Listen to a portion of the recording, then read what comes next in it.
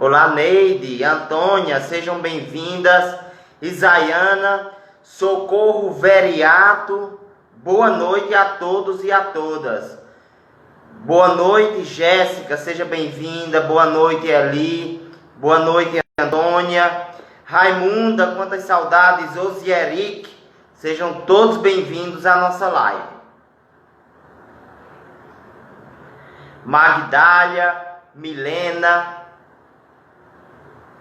sintam-se abraçados na noite de hoje a mais uma aula do nosso curso sobre o Evangelho.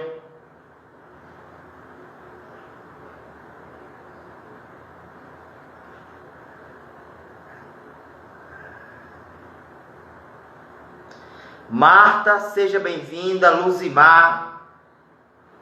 Vocês que estão entrando já podem ir me dizendo, dando um feedback através do nosso chat, se vocês estão me vendo e estão me ouvindo bem. Boa noite, Samara. Boa noite, Auricélia.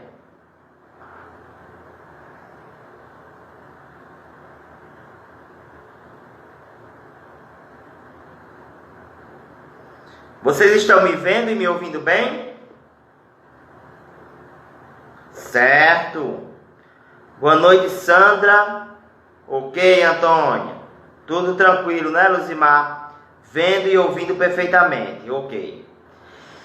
Também aproveito, gente, para vocês enviarem essa live para aqueles que têm interesse pelo Espiritismo. Olha, tem um aviãozinho aqui no canto da tela. Vai mandando aí para os teus contatos, vai mandando para as pessoas que você sabe que está precisando de um passe à distância, que você sabe que está precisando de uma água fluidificada.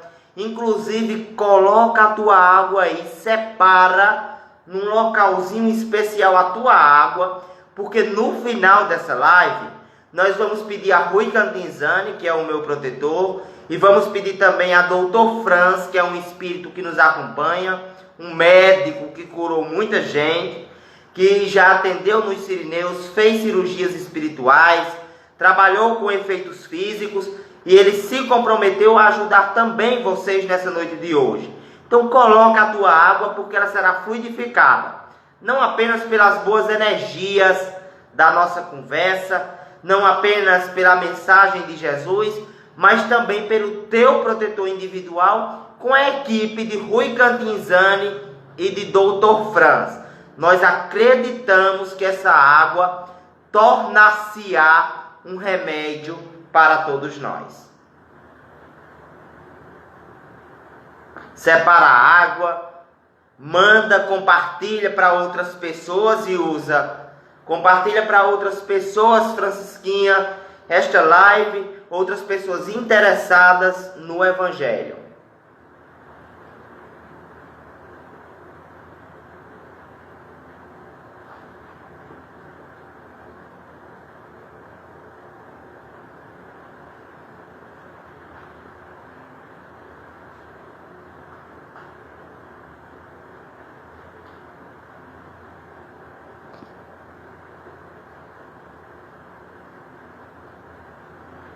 Aproveita, e também se inscreve no nosso canal no YouTube, tá bom? Se inscreve lá no nosso canal no YouTube. Esse canal traz vídeos curtos sobre a relação da tatuagem com o espiritismo, sobre a relação da mediunidade com obsessão. Traz também outros vídeos falando sobre o materialismo, outros vídeos falando sobre a interpretação dos sonhos, a dinâmica dos relacionamentos, que nós vamos baixando aos poucos e você pode receber, compartilhar e também assistir na tua televisão, no conforto da tua casa. O canal no YouTube é Anderson Rolim de Brito. Se inscreve lá, já se inscreve agora no início da nossa live, que aí você não se esquece, tá bom? Quanto mais seguidores, mais o YouTube, através dos seus algoritmos, envia para outras pessoas terem acesso ao conteúdo e à mensagem de Jesus. Vamos lá ver quem está entrando mais. Aninha Torres e Una Moura também está conosco. O canal Aprendiz Espiritista. Josélia acabou de entrar, seja bem-vinda, Josélia, um grande abraço para ti. Léa Maria também está conosco, vai receber o passe também à distância, vai ter a sua água fluidificada.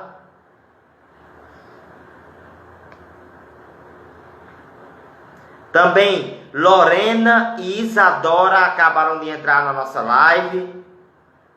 Mais um minutinho e nós já vamos para a prece inicial.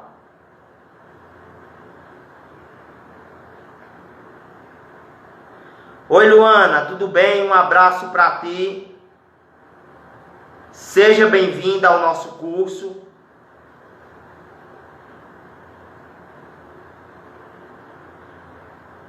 Oi Isadora, saudades de você também, viu? Um grande abraço para ti, um cheiro e que você aproveite cada mensagem da nossa live de hoje.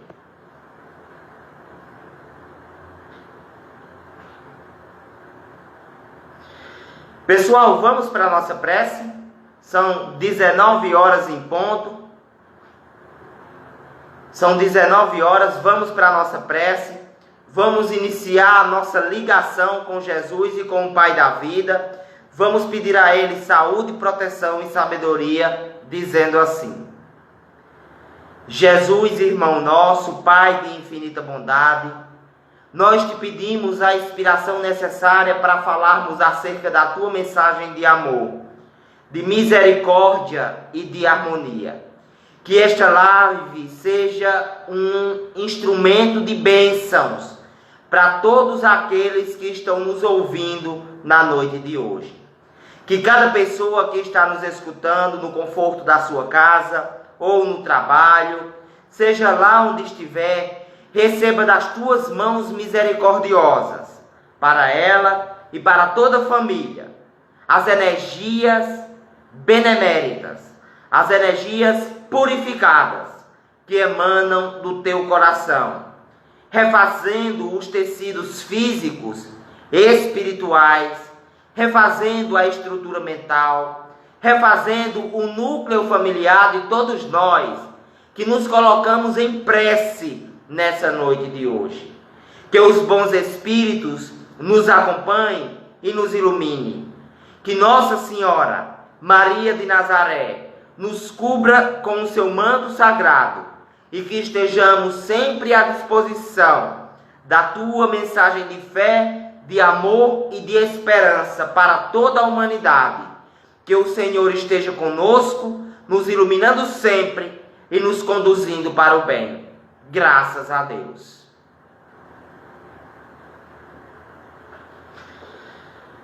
Elisângela, Sheila, Roselina, Isabelle, Tomás, vamos começar a nossa live.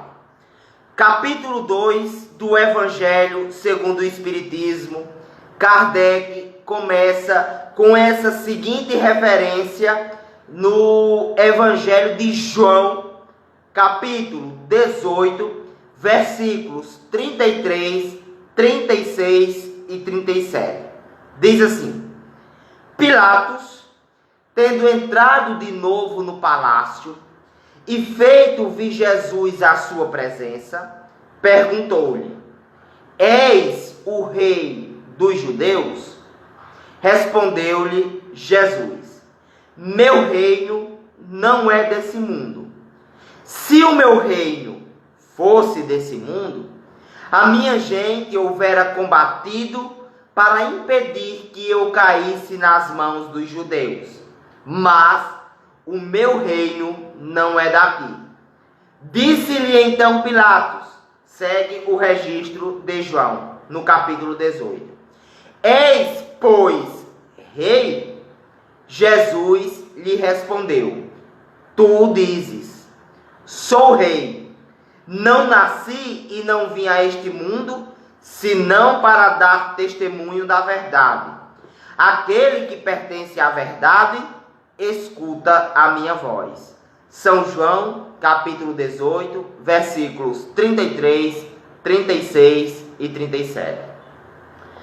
Pessoal, esse capítulo 2 do Evangelho segundo o Espiritismo trata da interpretação do reinado de Jesus. O próprio nome do capítulo já deixa claro. o meu reino não é deste mundo. E Kardec vai discorrer sobre o tema com a ajuda dos espíritos evoluídos que vieram nos dar a consolação por meio do Consolador prometido, que é o Espiritismo. Só que já deu para vocês perceberem que naquela época ninguém, ou quase ninguém, para melhor aplicarmos o termo, entendia o reinado de Jesus. Quase ninguém compreendia a natureza da missão de Jesus de Nazaré. E isso começou muito cedo. Se nós pegarmos o nascimento de Jesus, veremos que os 3 reis magos que foram visitá-lo de antemão, antes mesmo de conhecerem o mestre, já não compreendia muito bem a natureza do seu messianato, a natureza do seu reinado raíza. Tanto é que eles levaram, e vocês vão lembrar bem da história da manjedoura, mirra, tecido, temperos, ouro e prata para presentear Jesus. Jesus que era humilde por excelência, Jesus que era a simplicidade em pessoa, a encarnação da fraternidade e do amor ao próximo, já instituía o reino de paz antes mesmo do seu nascimento. Porém, os reis magos, que eram, digamos assim, astrólogos, estudiosos dos sinais dos céus, não compreenderam a natureza da mensagem de Jesus. Lembrando que houveram lá no Antigo Testamento precursores do Cristo, que já diziam: um dia virá o Messias, e esse Messias transformará a terra através da sua palavra, através da sua mensagem. Mas esses precursores não se fizeram entendidos pelo povo, e o povo não quiseram compreender esses precursores, porque acreditavam piamente que Jesus vinha para instituir um reino material. Era muito comum as pessoas não compreenderem Jesus em sua época. A prova disso, os reis magos no nascimento do Cristo. Isso também nos mostra que a atitude de Judas foi terrível, foi uma atitude drástica, foi uma atitude que levou à crucificação, mas que também foi uma atitude de alguém ignorante, que não compreendera Jesus, apesar de viver todos os dias com ele. E aí você vai me dizer: mas Anderson, é muito difícil você conviver com o mestre todos os dias, você saber da mensagem de Jesus todos os dias, você ouvi-la, mas você não ter a repercussão dessa mensagem no seu coração e na sua consciência. Quantos de nós assistem uma palestra dessa, vai a uma aula, frequenta a faculdade, passa o ano todinho ouvindo o professor falar de matemática e no final do ano é reprovado? Porque por vezes escutar a mensagem não quer dizer compreender a mensagem. Só quem teve contato direto com a realeza de Jesus, com a real natureza da mensagem do Messias, foram algumas pessoas que nós vamos ver agora. João Batista, João o Batista, aquele que batizava, ele compreendia Jesus. Tanto é que quando Jesus vem para ser batizado, ele se coloca à disposição de ser batizado pelo Mestre. E ele diz: eu, enquanto batizo pela água, este homem batiza pelo fogo, batiza pela mensagem. Porque João Batista, que era profeta e era médium, sabia que diante dele estava o mestre dos mestres, o médico dos médicos.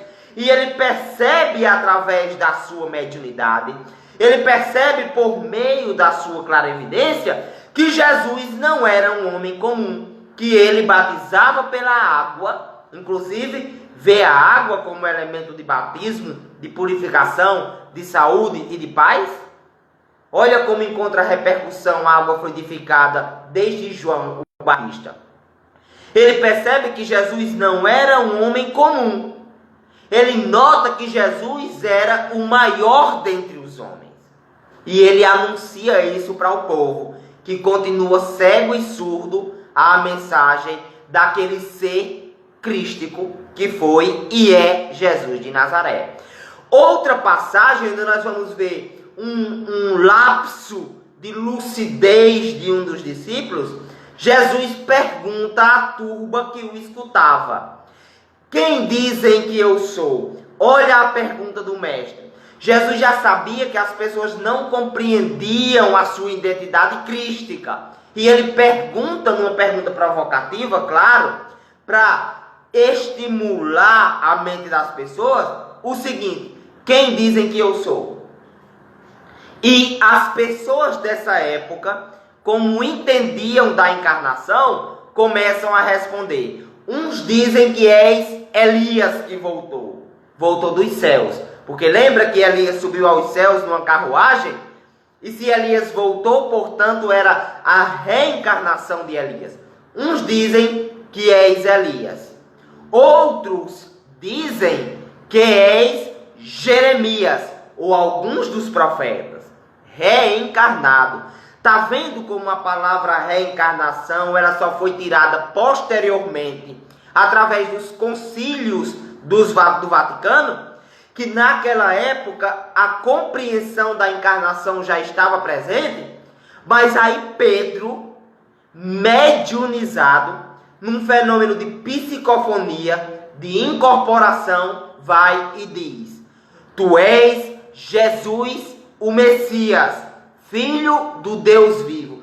Olha como Pedro vai na lata, na mosca, tira 10, responde à pergunta do professor: tu és o Messias, Filho do Deus vivo. E Jesus retruca. Viu, Marcos? Viu, Aldene Ramalho?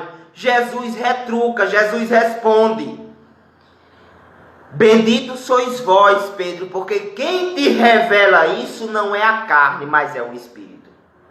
Bem-aventurado sejas, Pedro, porque quem te revela isso são os seres espirituais que me conhecem, que sabem a natureza da minha mensagem, que conhecem o objetivo da minha missão. Eles te revelaram isso, num fenômeno de psicofonia, porque a mediunidade estava presente entre os discípulos. Não era apenas Jesus o detentor da mediunidade, mas a mediunidade já estava presente entre os discípulos. E Pedro, mediunizado, revela a identidade de Jesus. Então, como nós vamos ver esses lapsos de compreensão, um aqui, outro acolá, pontualmente, nós vamos entender a incompreensão de Judas. Nós vamos compreender por que Judas foi infeliz nas suas escolhas. Porque Judas também não compreendeu Jesus. Judas pensava, e quando nós vamos ver as referências sobre Judas Iscariotes nos evangelhos, que Jesus estava vindo para revolucionar o Império Romano. Que Jesus seria um Nero, Jesus seria um Pilatos, Jesus seria um Caifás, Jesus seria um... deixe-me ver. Jesus seria um Tutankhamon, rei do Egito. Jesus seria um Ramsés. Jesus seria um Herodes. Na intenção de apressar as coisas, de que Jesus se revoltasse, Judas o Iscariotes, Judas de Cariotes, né, de Cariotes, e se transformou em Judas Iscariotes, vai e entrega Jesus ao Sinédrio, que era comandado por Caifás, por 30 moedas de prata. Na cabeça dele, naquele momento em que Caifás o prendesse, certo? O aprendiz espiritista. Jesus iria se revoltar e dizer: prender aqui não. Você pode prender todo mundo, menos eu, que sou o rei. Menos eu, que vim para revolucionar. Menos eu, que vim para transformar. Aí, Jesus iria mostrar seu poder. E então Judas iria ascender às hierarquias superiores da terra, porque ele era ganancioso, orgulhoso e prepotente, e iria assim se destacar em meio à sociedade. Porém, quando ele vê Pedro cortando a orelha do soldado Malco, e Jesus dizendo: embainha a tua espada, porque quem com ferro fere, com ele será ferido. Quando ele vê Jesus se entregando de boa vontade, quando ele vê Jesus diante de Pilatos dizendo: tu dizes, quando Pilatos pergunta: és rei? E Jesus humildemente diz: tu dizes. Quando ele vê a população escolhendo um ladrão para ser liberto na Páscoa, no período em que nós estamos, Barrabás sendo liberto e Jesus sendo crucificado, ele se toca: o que foi que eu fiz? E aí se suicida. Vocês sabem, na interpretação do Espiritismo acerca do suicídio, que o suicídio ele pode ter agravantes e ele pode ter atenuantes. Por exemplo, uma pessoa que se suicida sob forte obsessão, ele tem atenuantes. Uma pessoa que se suicida porque de repente está numa tragédia aérea, só ele escapou, não tem comida, não tem água, ele está morrendo de sede, de fome, e vai lá e se suicida, ele tem atenuantes. É diferente daquele que está na riqueza, de estar numa situação de abundância, que está numa tranquilidade, paz material, e de repente pega o revólver e dá um tiro na própria cabeça, que se suicidou arbitrariamente. Os atenuantes nesse caso serão pouquíssimos.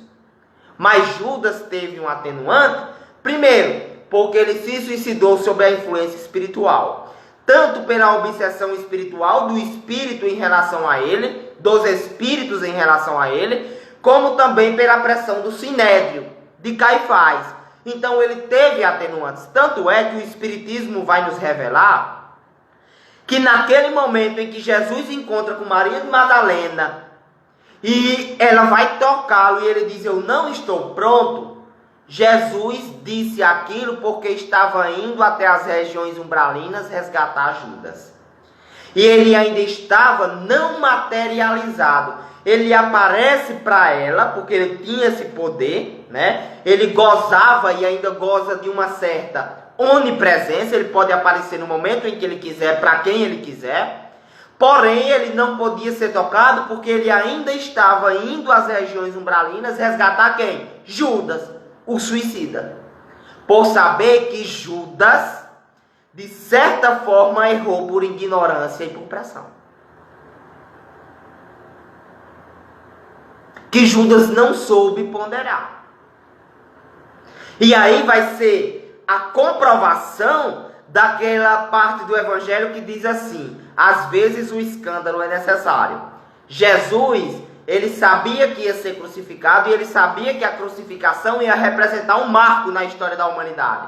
Mas ai daquele que produzir o escândalo. Judas foi quem produziu o escândalo, mas o escândalo era necessário. Tranquilo? Olha a mediunidade de presciência de Jesus. Pessoal, vocês estão me vendo e me ouvindo bem? Continua a imagem boa e o som agradável para vocês? Me dá uma resposta aí, por favor. Lembrando que no final da nossa live nós teremos o sorteio de um livro, ok? Teremos o sorteio de livros. Me dá só um ok aí para eu saber que vocês estão me vendo e me ouvindo bem? Sim, beleza. Podemos continuar, né?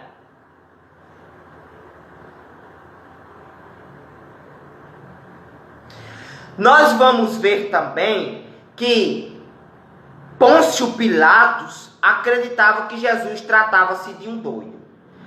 Daqueles que crucificaram Jesus, Caifás, Herodes e Pilatos, Pilatos foi o que menos errou. Primeiro porque ele achava que Jesus iria se defender e ele ia soltar Jesus.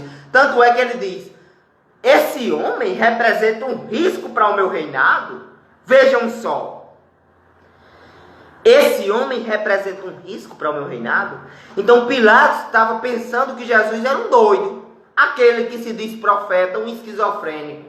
Mas Caifás e Herodes, principalmente Caifás, mãe Cristiana Russo, principalmente Caifás, que fez a cabeça de Herodes, tinha a total certeza que Jesus era um rei da matéria. E o pior, que iria roubar o seu reinado.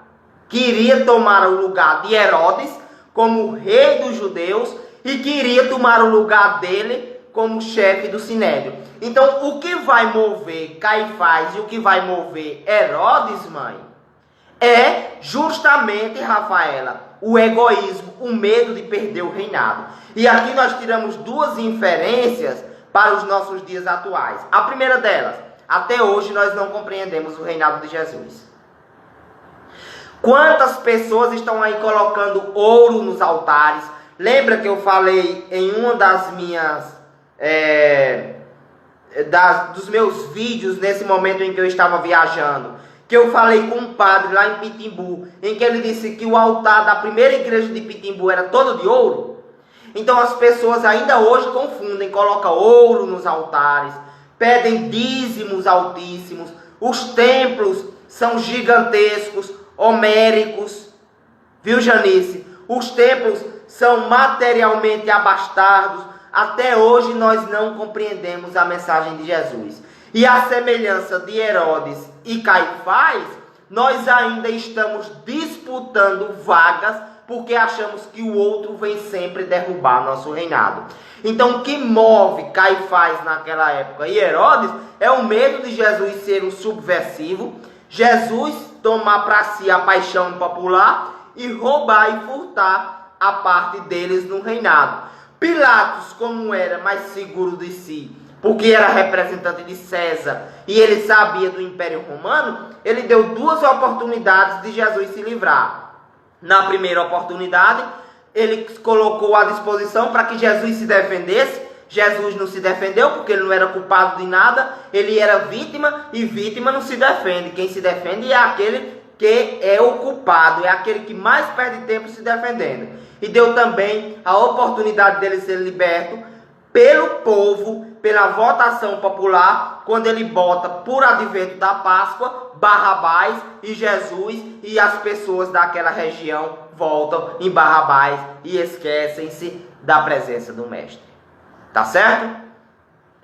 Esse capítulo do Evangelho, que é o capítulo 2, Meu Reino Não É Deste Mundo, viu, Francilene, Laura e Janice, um abraço a todas, também vai diferenciar o reinado espiritual do reinado material, dizendo que na terra nós temos ainda a presença de um reinado material. E ele vai nos deixar claro, através de uma mensagem até de uma rainha desencarnada, que está lá nesse capítulo 2 do Evangelho, que o nosso reinado é transitório, é passageiro. Nós não somos reis de nada. Nós estamos na condição de rei em algum momento da existência. Então Napoleão estava rei, mas não é rei de nada. Certo? D. João, D. Pedro estavam reis, mas não eram reis de nada. Do mesmo modo são os nossos presidenciáveis e os nossos presidentes. Eles estão ocupando um cargo que é maior do que eles. Eles são representantes daquele cargo, mas eles não são um cargo. E muitas vezes, está claro no Evangelho, essa posição de destaque, de rei, de senador, de presidente, de presidenciável, é mais uma prova do que um mérito. É uma prova por quê? Porque é na riqueza onde nossas referências morais são testadas.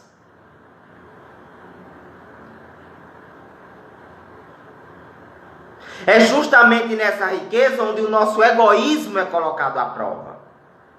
Então nós temos reinados transitórios, nós temos posições de destaque transitória. Governador, ministro, presidente, prefeito, secretário de saúde, ele não é, ele está.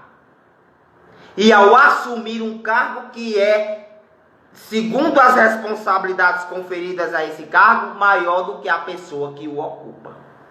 E muitas pessoas confundem e são tiranas nessa posição por se acharem detentores de poder e não apenas responsáveis momentâneos pelo poder que exercem. Olha aqui como é interessante o Evangelho. Olha como o Evangelho ele vai adentrando nos meandros da sociedade. Isso é também para lhe alertar. Você, quando estiver numa posição de destaque, você não pode ser tirano, porque o que você é transitório. E o cargo que você exerce é permanente e é maior do que você. Então não adianta ser maior do que ninguém. Não adianta querer ser maior do que ninguém. Porque você não é nada. Nem eu sou nada. Nós apenas estamos alguma coisa. Pessoal, está travando para todo mundo ou apenas para Luzimar? Beleza? Então vamos em frente. É interessante porque enquanto a turba, mãe, se confundia com a natureza do reinado de Jesus, os espíritos que sabiam quem era Jesus, os espíritos trevosos, queriam incentivar a materialidade e a ganância nele. Ou seja, é que nem dar banho em jumento, perde água e perde tempo. Já pensou? Querer transformar em orgulhoso alguém que é a personificação, professora Marta, da humildade?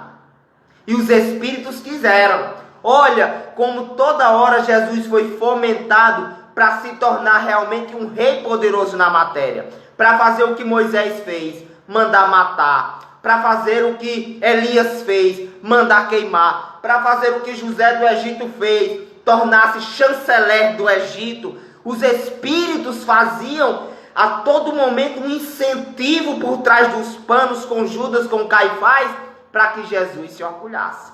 Mas repito, é que nem dar banho em jumento. Perde água e perde tempo. Porque você dá banho no jumento e ele se deita na terra e se sacode. E aí? Você vai dar banho de novo? Você vai comprar um shampoo da Bonacure, é esse o nome? Para dar banho num jumento?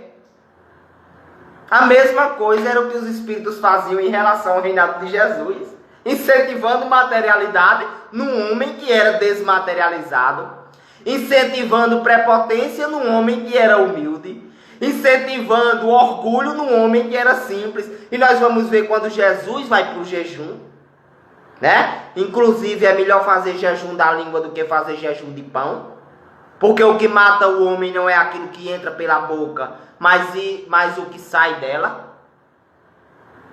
Vamos falar sobre isso, Osieric, no final. Faz essa pergunta no final, certo? Jesus no momento do jejum, porque já fazia jejum de coisas erradas, de pecado, de crimes, de orgulho, de vaidade, de prepotência, de maldade, de mentira, de inveja, de tudo que é ruim. E o anticristo, o espírito obsessor, o sete capa, o Belzebu, chega para ele e diz: ei, transforma essa pedra em pão. E olha o que ele responde: nem só de pão viverá o homem, mas de toda palavra que sai da boca de Deus. Estava dando banho em jumento o anticristo. Perde água e perde tempo. Olha quando ele leva Jesus no pináculo do templo e cita lá o livro de Reis. Está escrito: se tu te jogar daqui, na verdade ele cita Salmos, se eu não me engano. Se tu se jogar daqui do pináculo do templo, está escrito que os teus anjos calçarão os teus pés e não te permitirá cair. E Jesus também, citando o livro de Reis, vai responder: mas também está escrito: não tentarás o Senhor vosso Deus, afasta-te de mim, espírito maligno. Vê? Querendo fomentar em Jesus uma materialidade que ele não possuía, não entendia a real natureza, e se entendia, estava se fazendo de besta acerca da real natureza da mensagem de Jesus. Por aí você tira. E Kardec vem nos explicar. Jesus, quando ele expõe a sua realeza, ele fala de uma realeza futura. celestial, de uma realeza que não é para aquele momento em que ele veio, e nem é para esse momento da agora. Ontem, ouvindo a palestra de Geraldinho no canal Aprendiz Espiritista, ele foi claro que nós vamos ter 4 fases. 4 fases que são as seguintes: 3 de descrenças e uma fase de transformação, de esperança, de amor e de regeneração.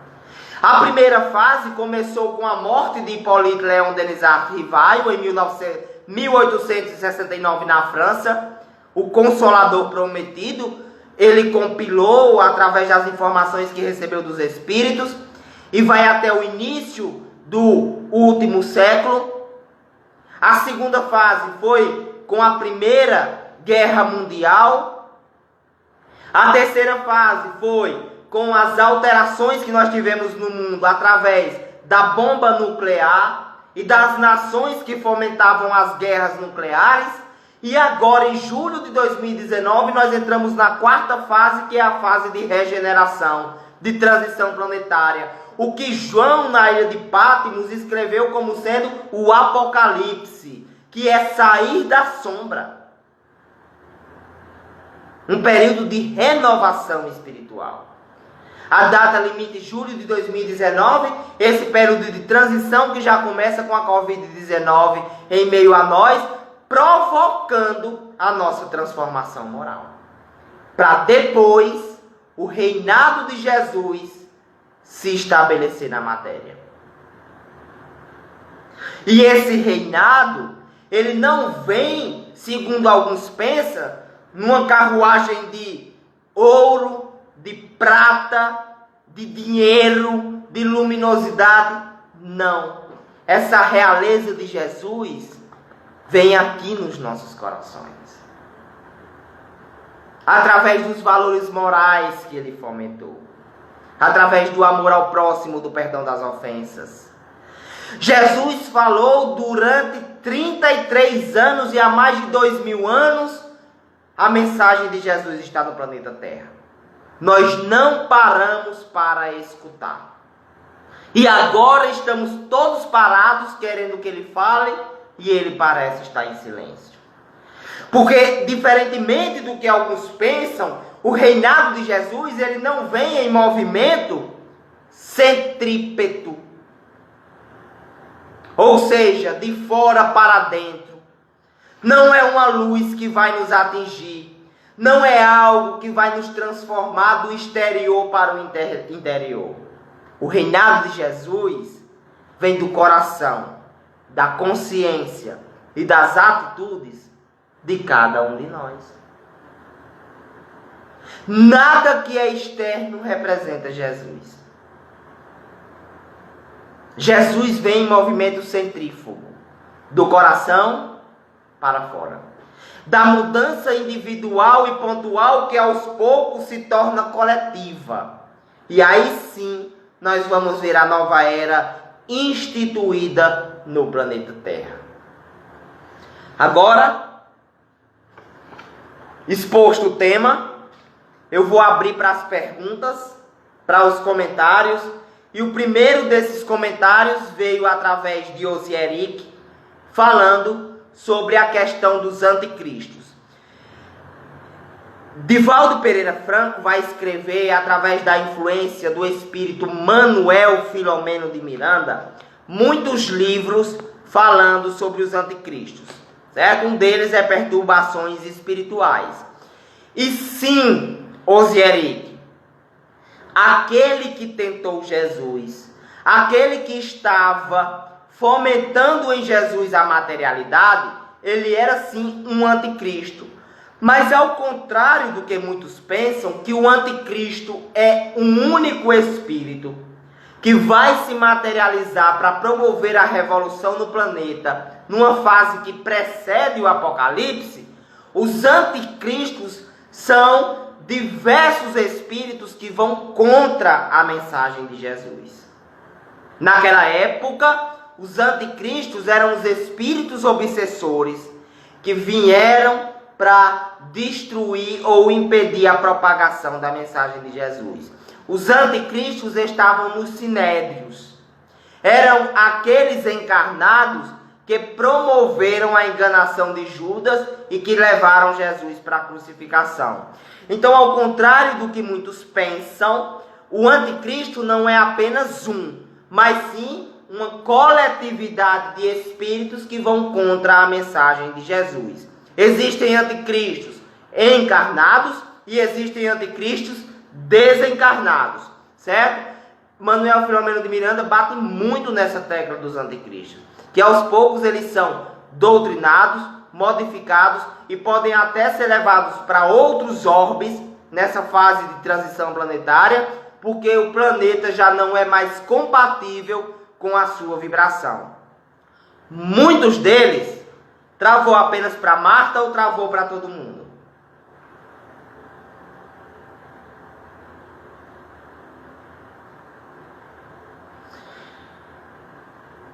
Muitos desses anticristos, eles se decepcionaram porque confundiram a mensagem de Jesus com aqueles que hipocritamente levavam a mensagem de Jesus. Por exemplo, o cara estava na Idade Média, aí vinha um representante da Igreja Católica, um cavaleiro templário, matava o cara e dizia, antes do cara morrer, eu estou lhe matando em nome de Jesus.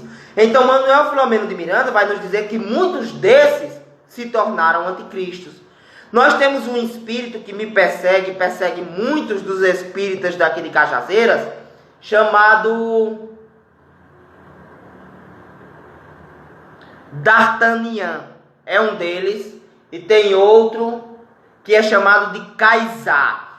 Todos dois foram mortos ou foram humilhados, foram subjugados por pessoas que diziam-se representantes do Cristo.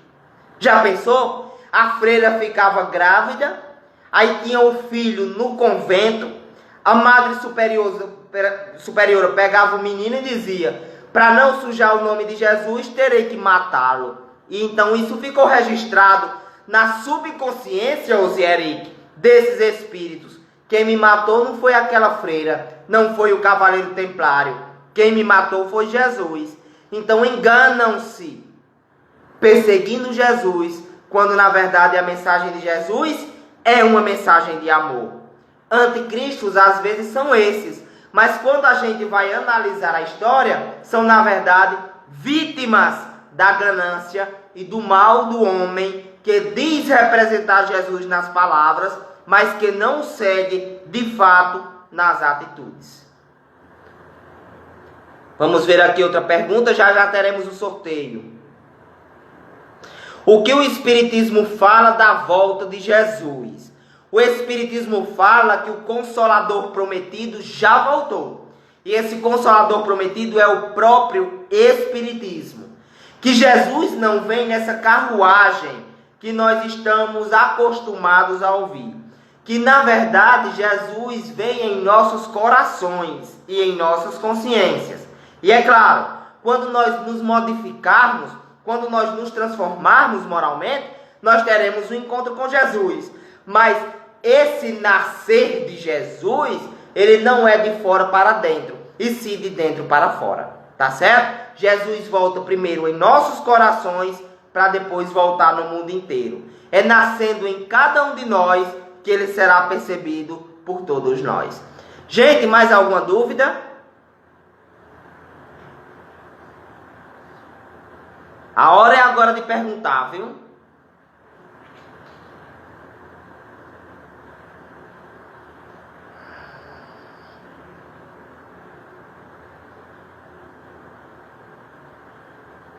É interessante que na última parte desse Evangelho segundo o Espiritismo, vou responder, Samara. Fala de uma rainha que vem dar o testemunho, que ela se achava poderosa demais, mas quando chega do outro lado, ela simplesmente percebe que o poder dela não representa absolutamente nada no plano dos espíritos. Caixão não tem gaveta. O que você leva é aquilo que você faz. E essas mortes coletivas do Covid-19? Samara, nós temos um vasto conteúdo aqui no nosso perfil sobre essa morte coletiva pela Covid-19.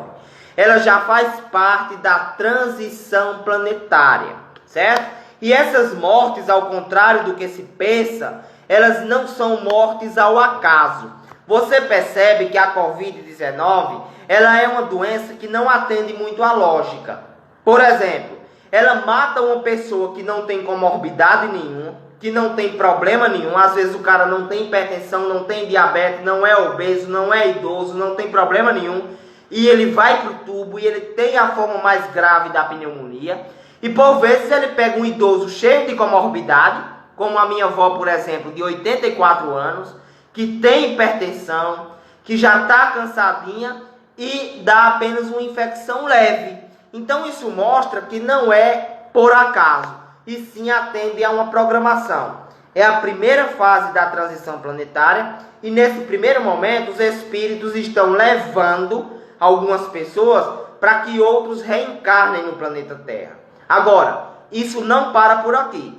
Nós teremos outras epidemias, outras pandemias, nós teremos outras mortes coletivas, nós teremos novas variantes desse vírus, para que ocorra o que está escrito lá no Apocalipse: a separação das ovelhas dos bodes, a separação do joio do trigo. Ou seja, ficará na terra tão somente aqueles que estiverem puros de coração e participarão do planeta de regeneração, conforme está lá no livro O Céu e o Inferno, e também no livro A Gênese.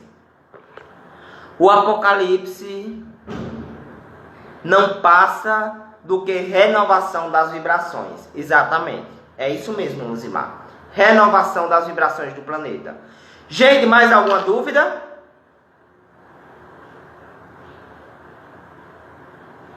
Como reconhecer um falso profeta?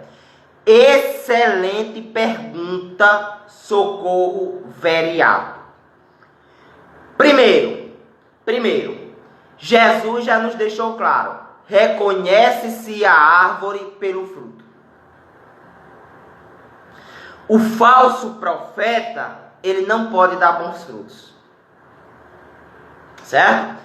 É reconhecendo os frutos de uma pessoa, se aquela pessoa ajuda ou não, se contribui ou não, se é realmente importante ou não, que você reconhece se é ou não um falso profeta. Através dos frutos se conhecerá a árvore, e uma hora a máscara cai. Agora, Socorro, nós temos também uma dificuldade de conhecermos os espíritos mistificadores. É muito comum vir espíritos dando uma de profeta, como tem na própria codificação as mensagens apócrifas, ou seja, de mensagem de espíritos que eram negativos, querendo se passar por espíritos positivos, utilizando nomes conhecidos, como Santo Agostinho, até mesmo Jesus de Nazaré. Como o médium conhecer esses falsos profetas? Pela sua vibração. Porque você pode, ou o falso profeta pode, maquiar tudo. Maquiar a luminosidade, aparecer luminoso, pode maquiar a fala, falar verborragicamente, falar sobre o amor, sobre a paz, sobre o equilíbrio, mas a única coisa que o espírito, que é falso profeta, não consegue modificar é a sua vibração. Quando ele chega perto de uma pessoa, de um médium equilibrado, de um médium que tem a educação da mediunidade, o médium vai perceber essa alteração vibratória e vai identificar como sendo um falso profeta. Esses espíritos no movimento espírita são chamados de espíritos mistificadores, ok? E também nós somos capazes de identificar esses espíritos que são os falsos profetas encarnados pelos frutos que eles dão. Por exemplo, é só observar um cara nos Estados Unidos que era representante de uma das mais importantes igrejas, e quando ele foi pressionado pelo Estado americano, ele cometeu suicídio com mais de 150, 200 pessoas, fez com que todas essas pessoas ingerissem veneno. Ou seja, era um túmulo caiado por fora e podre por dentro, cujo único fruto foi uma morte coletiva. Portanto, um falso profeta. Tá bom? Excelente resposta sobre desencarne por Covid. Era meu questionamento. Gente, uma última dúvida. Tem ou podemos passar para o sorteio?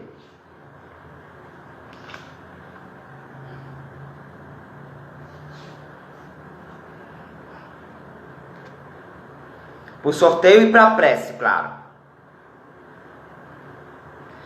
Anderson, gostaria que você explicasse a ação energética da oração diante dessas dificuldades que nosso planeta está passando. Não só da oração, como do evangelho no lar. Quando nós oramos, nós modificamos a nossa bioenergia. O que é a nossa bioenergia? Aquilo que os espiritualistas conhecem como aura e alguns outros estudiosos conhecem como psicosfera. Inclusive aquela fotografia Kirlian, ela é capaz de captar a nossa aura. A nossa oração modifica, primeiramente, a nossa aura, a nossa psicosfera. Quando a nossa oração é consistente, assídua, permanente, ela modifica a egrégora de nossa casa, que é a ambiência espiritual da nossa casa. E Bezerra de Menezes vai nos dizer que quando nós fazemos o evangelho toda semana, todos os dias, nós modificamos também a nossa rua, o nosso bairro, as pessoas que estão à nossa volta. Então, a oração individual, ela por si só já é importante. Pode modificar uma casa inteira e até uma rua inteira. Se a oração for verdadeira e for coletiva, ela modifica o mundo. Então é um trabalho de formiguinha. Eu orando daqui, você orando daí, Iris orando lá do salão dela, Adriana Russo orando de sua casa lá no Juazeiro. Aos poucos nós vamos transformando a egrégora do nosso planeta Terra, a bioenergia da nossa esfera terrena. Ou seja, a oração tem um poder de modificação bioenergética individual e coletiva. A oração também modifica os espíritos que estão à nossa volta, fazem com que eles se toquem diante da mensagem de Jesus, e aqueles que não estão preparados para serem tocados, eles são afastados pela oração. Então, além de modificar a ambiência bioenergética, modifica os espíritos que nos perseguem e afastam aqueles que não estão preparados para essa modificação. Além disso, a oração também ela equilibra a nossa homeostase fisiológica. Ou seja, diante de uma enfermidade, de uma doença, seja ela mental ou física, a oração, segundo os estudos científicos, até mesmo estudos da USP, ela pode modificar a nossa estrutura genética e celular, de modo que alguém que está muito doente pode se curar através da fé e da oração. Esses são alguns benefícios de orar todos os dias. Como ajudar um ente amado que desencarnou recentemente? Orando por ele. Os espíritos são categóricos. Quando nós oramos, Adriana, nós estamos dando um banho de lenitivo e de boas vibrações nesse espírito.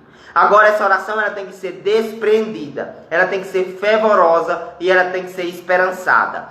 Ela é uma oração desprendida do ponto de vista de que não deve vir com aquele saudosismo exagerado. Deve vir sempre com a proposta de boas lembranças e a emanação de bons fluidos. Dessa maneira, nós damos um banho de medicamento e de lenitivo no espírito recém-desencarnado. Gente, vamos para o nosso sorteio. A nossa querida assistente professora Marta Kessia, ela elencou 15 nomes e ela não está aqui, ela está na cidade de Aurora. Ela elencou 15 nomes, de 1 a 15, nomes que foram entrando na nossa live, ou seja, que fizeram comentários na nossa live. E agora eu vou pedir a uma pessoa para dizer o número de 1 a 15, e dependendo de quem seja, Marta vai nos dizer o nome do ganhador. Deixa eu ver aqui a quem eu pergunto. Vamos ver. Estélio, tá por aí, Estélio? Manda um oi pra mim, Estélio.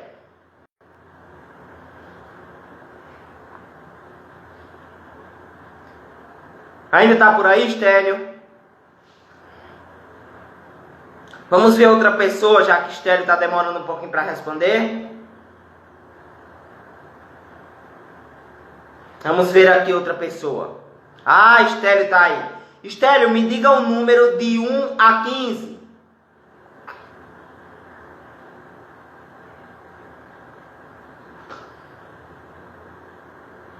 Número 7. Professora Marta Kessia, que está em Aurora, para que eu seja imparcial, quem é o número 7?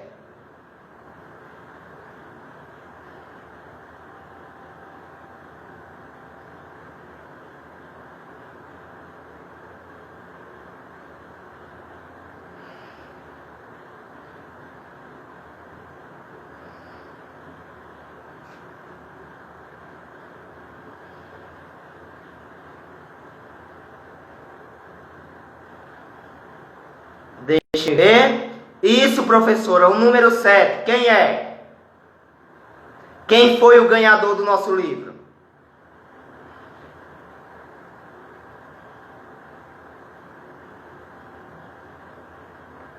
Sandrinha CZ, conheço demais, uma amiga da Unimed de Cajazeira. Sandrinha, vou lhe entregar o seu livro, viu? Essa semana ainda eu lhe entrego o seu livro, você foi a contemplada da nossa live de hoje. Semana que vem o assunto é, se eu não me engano, o 3º capítulo do Evangelho, há muitas moradas na casa do Pai. Vamos para a nossa prece final e para a água fluidificada. Obrigado, Estélio, obrigado, Marta, obrigado, Isaiana, obrigado a todos vocês. Compartilhem essa live, curtam, sigam no canal no YouTube. Próxima semana, a continuação do nosso curso. Fechemos os olhos. Senhor Jesus de infinita bondade, as pessoas aqui presentes colocaram a água para ser fluidificada. Permite que Rui Cantinzani e Dr. Franz vá até a casa dessas pessoas e sob o teu nome, Jesus, tua referência, tua permissão, conceda a essas pessoas o lenitivo, o medicamento indispensável para o corpo, para a mente e para o espírito. Se alguma delas estiver bebendo em intenção de outro familiar, que esse medicamento seja transferido de um organismo para outro. E o que o Senhor possa abençoar a todos. À semelhança de João o Batista, que fluidificava a água e banhava as pessoas com a água fluidificada, nós pedimos que este líquido precioso também seja abençoado pelo teu amor, através dos espíritos nobres que se colocam à disposição, e que seja purificador, que possa reabilitar, reestruturar, reequilibrar toda e qualquer função orgânica e espiritual que esteja desestabilizada. E para te agradecer por mais um momento de estudo e de harmonia, nós rezamos o Pai Nosso. Pai nosso que estais nos céus, santificado seja o teu nome. Venha a nós o teu reino. Seja feita a tua vontade, assim na terra como no céu. O pão nosso de cada dia dai-nos hoje. Perdoai as nossas ofensas, assim como nós perdoamos a quem nos tem ofendido. Não nos deixe cair em provação, mas livra-nos de todo mal. Assim seja, graças a Deus. Que o reinado de Jesus se faça presente em teu coração, hoje e sempre, graças a Deus. Até mais. Até a próxima semana.